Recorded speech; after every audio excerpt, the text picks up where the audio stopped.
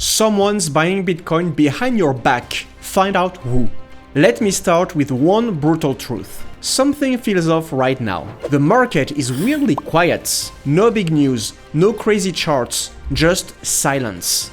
But here is what most people don't see. While everyone is distracted, institutions, whales, and even governments are buying up Bitcoin every single day. We know it. But this isn't just a normal pullback. This is planned silence.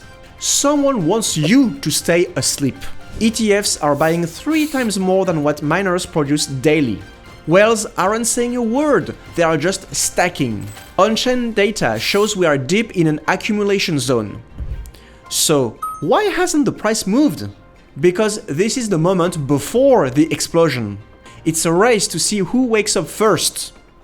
I'm Neil, and today I'm going to show you what's going on behind this strange silence. The charts may look quiet on the surface, but beneath it all, a full-scale war has already begun. So, where do we start? Let's start with the battlefield itself, the heat map and CVD, where the real fight between buyers and sellers is happening. Bitcoin opened the session at 105.4k, and for a while it held steady. Price stayed trapped between short liquidation zones above at 106.5k, 106.7k, and long liquidation support below at 104.6k, 104.4k. The movement was slow and bearish. Bitcoin slipped down to 104.9k. Then came a breakout. Price surged up to 106.2k, slamming into the short liquidation wall, and that's where the rally stopped. After getting rejected, price dropped to 105.6k. It then began to reclimb slowly, consolidating sideways, trying to push through the short liquidations. You can see literally sticking right to the liquidation wall. It kept testing the resistance, and finally broke through a bit, reaching 106.5k. But, again, Bitcoin got rejected hard. The price collapsed, and as of this recording, it's sitting at 105.5k. Now, let's talk key levels. Up, the resistance zones. A thick resistance wall begins at 106.5k with the most aggressive sell pressure at 106.7k. Beyond that, thinner sell zones extend all the way to 108.3k. Down, the support lines. On the downside, long liquidation support stretches from 105.2k to 103k. Strong defense lines sit at 104.7k and 104.5k, both marked by bright yellow bands. Conclusion: Bitcoin is boxed in between 2 zones of liquidation pressure. To the upside, 106.7k must break to trigger a new rally. To the downside, if 104.5k fails, we could see a sharp correction towards 103k. Right now, it's a game of patience, and pressure is building on both ends. The next move could decide short-term momentum. Stay sharp. Time to dive into the CVD and whale moves. This is where the smart money speaks. You can see a wall forming at 107k. There are also new resistance lines forming at 110k and 112k. That's where big sellers are getting ready. Now, onto the whales. First, the brown line, tracking large orders between 1 million and 10 million in USD, is clearly on a buying trend. They are quietly stacking, and that's a bullish signal. Next, the purple line, orders between 100k and 1 million. They were following the brown line before, but now they have paused in a wait-and-see mode, not aggressive for now. As for smaller players, the green, orange and red lines, they have been throwing a lot of volume around, but now they are starting to lift their heads and buy slowly again. Overall, order volume is rebounding. Buying pressure is now slightly stronger than selling pressure. But if you think that's the whole story, think again. Behind the charts, something much more powerful is quietly building. And that leads us to the bigger picture, the silent forces building Bitcoin's strength. Let us start with the hash rate. So first, the hash rate. In short, this represents the security and stability of the Bitcoin network. And it's currently at the highest level in history. This means the Bitcoin ecosystem is more robust than ever before. Next, the number of new wallets. It keeps increasing. This means new participants are entering the markets. They are flowing in. Another indicator, Bitcoin balances on exchanges. They are continuously declining. This suggests people aren't looking to trade short term. they are holding long term. In other words, more and more people simply want to keep their Bitcoin. On top of that, we are seeing accumulation by institutional investors, corporations, and even nation-states. This is not just news, it's Bitcoin vanishing from the open market.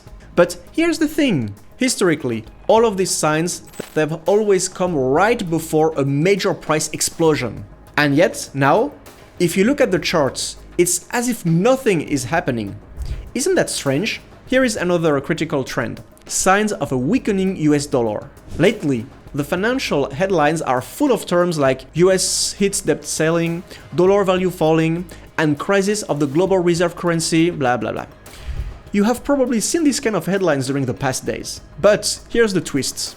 That is actually good news for Bitcoin. Actually, that is one of the strongest bullish narratives for Bitcoin.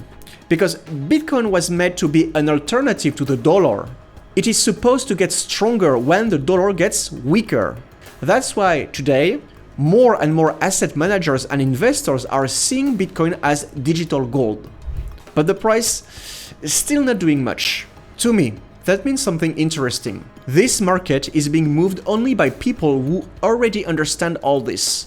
The masses haven't entered yet. So, while the price looks quiet, it is building energy like pressure before an explosion. That's how I see it.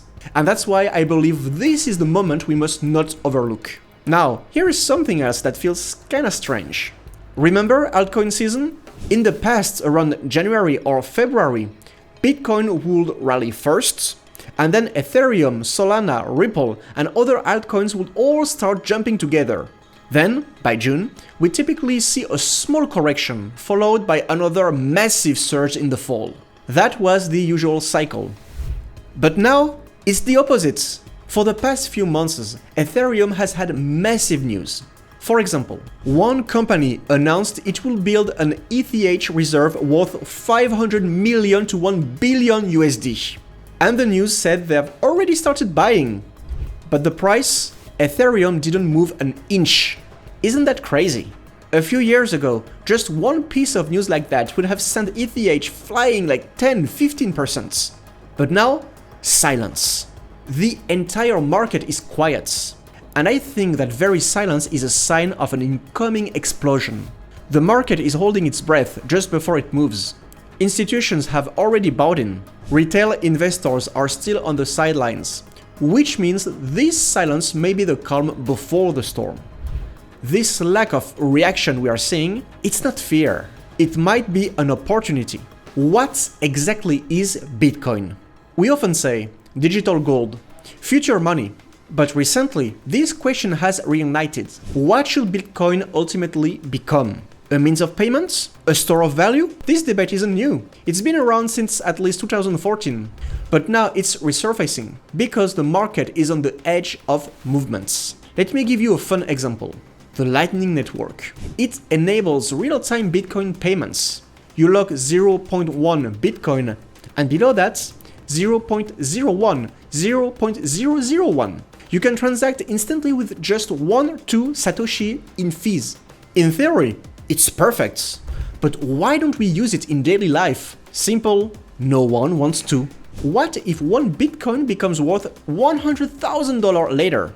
It feels like a waste to spend it on a cup of coffee, right? And that's Bitcoin's biggest paradox today. Born as a currency, but became too powerful an asset. And that's why people like Tim Draper, Jack Dorsey, and other crypto whales are speaking up again.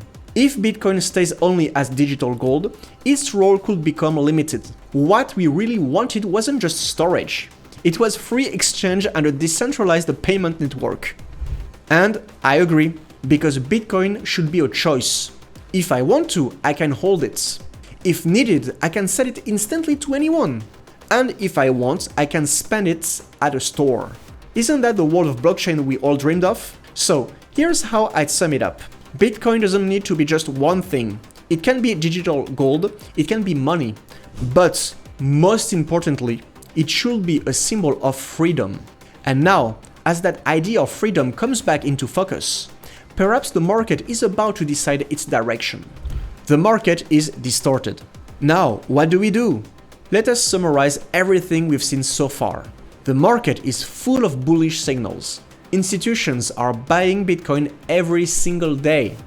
Government, billionaires, and sovereign funds are all entering Bitcoin. Supply is locked up. Circulating supply is vanishing. And yet, price doesn't move. At this point, it becomes clear. The market is not functioning normally. So now, here's the question. In a distorted market, what should we do? The answer is very simple. Only those who trust the invisible moves will earn visible profits. One of the things I hear most often these days is, but why hasn't it gone up yet? I'm tired of waiting. Believe me, I get it. Because I feel the exact same way. But friends, this stillness we are experiencing right now isn't just boring sideways action. It's the moment when the bow is fully drawn. An expansion of energy right before it explodes. Right now, it's a time when, because it hasn't gone up yet, it's an opportunity.